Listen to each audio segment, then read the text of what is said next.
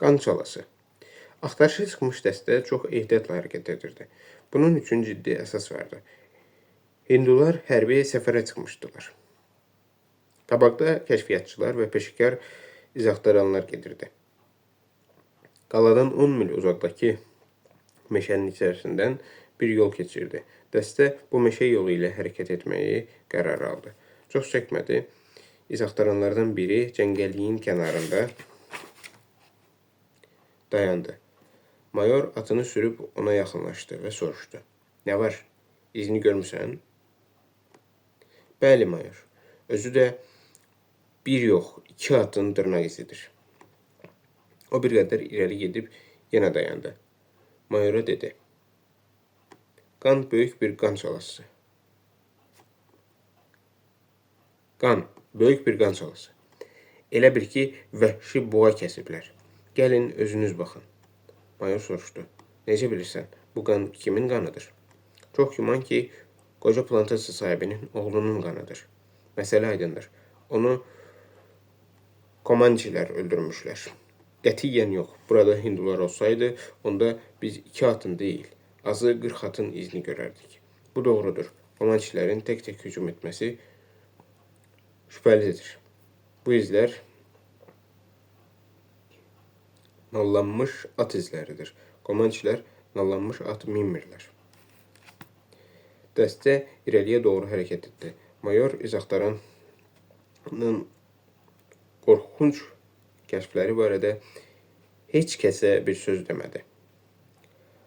Bu arada talalardan birində kolluqdan bir pələng sıçrayıb çıxdı. 2 adam tüfəngin titəyini çəkdi. Onlardan biri Kassi Kolhan, o biri isə gənc bir plantasiya sahibi idi.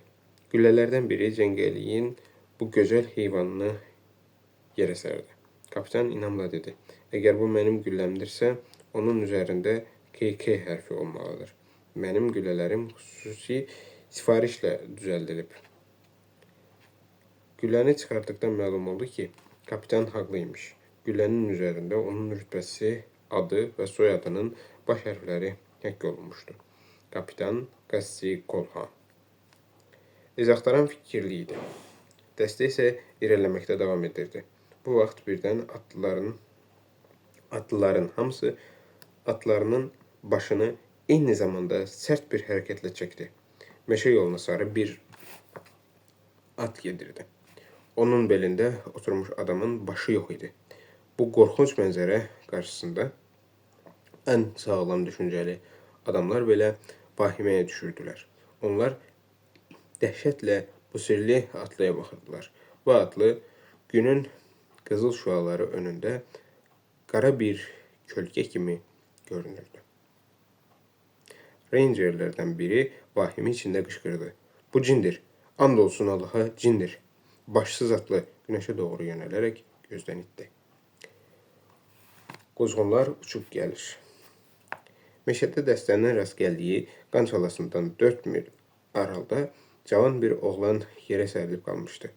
Qara quzğunlar dəstə-dəstə onun üzərində dairə vururdu. Lakin quzğunlar yanılmışdılar. Adam hələ ölməmişdi. O gözlərini açdı və dirsəyinə söykənərək azca qalxıb ətrafına baxdı. Mən hardayam? Ah, yadıma düşdü. Mənim başım ağacıda idi. Bax bu ağaca. Sol ayağım ağrıyır. Bu nədir? Yoxsa ayağım sınmışdır? Bəs atım hanı? Yəqin ki, gedib. Aman Allah. O nə mənzərə idi? Ayağa qalxmağa çalışır. Çalışsa da bacarmadı. Ağrıyan ayağı hərəkət etmirdi. Dizi bərk şişmişdi. Vəziyyətin təhlükəli olduğunu dərk etdikdə rəngi tutqunlaşdı. Yerdə canavarlar, göydə quzğunlar. Yenə də uzanmalı oldu. Daha 2 saat keçdi. Ürəyi yanırdı. Burada qalsam susuzluqdan ölərəm deyə yaralı düşündü. Gücünü toplayıb çay tərəfə getməliyəm. Sürünə-sürünə 1 mil yol getdi. Sonra ovçu bıçağını çıxarıb bir ağac kəsdi və qoltuğa ağacı düzəltdi. 1 mildə yol getdi.